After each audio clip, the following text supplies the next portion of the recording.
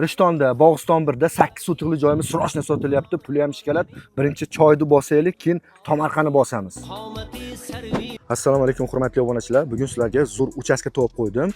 Bog'iston 1dan, yo'lda bo'yidan 500 metr kirib kelganingizda qaranglar, asarlari bor. Imminna shu joyimizda dahshat qilib qo'yishdi. Gap yo'q. Bog'bonga rahmat kattakon. Shu joyimizdan qaranglar.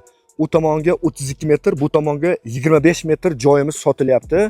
Mana o'riklari, giloslari o'zi pulga kirgan bu. Rostiyam zo'r joy, aholi yashaydi. Mana svet bor. Mana turbada gaz, arig'i bor, suvi bor. Suv bo'lgandan keyin bunaqa yashnab yuradi.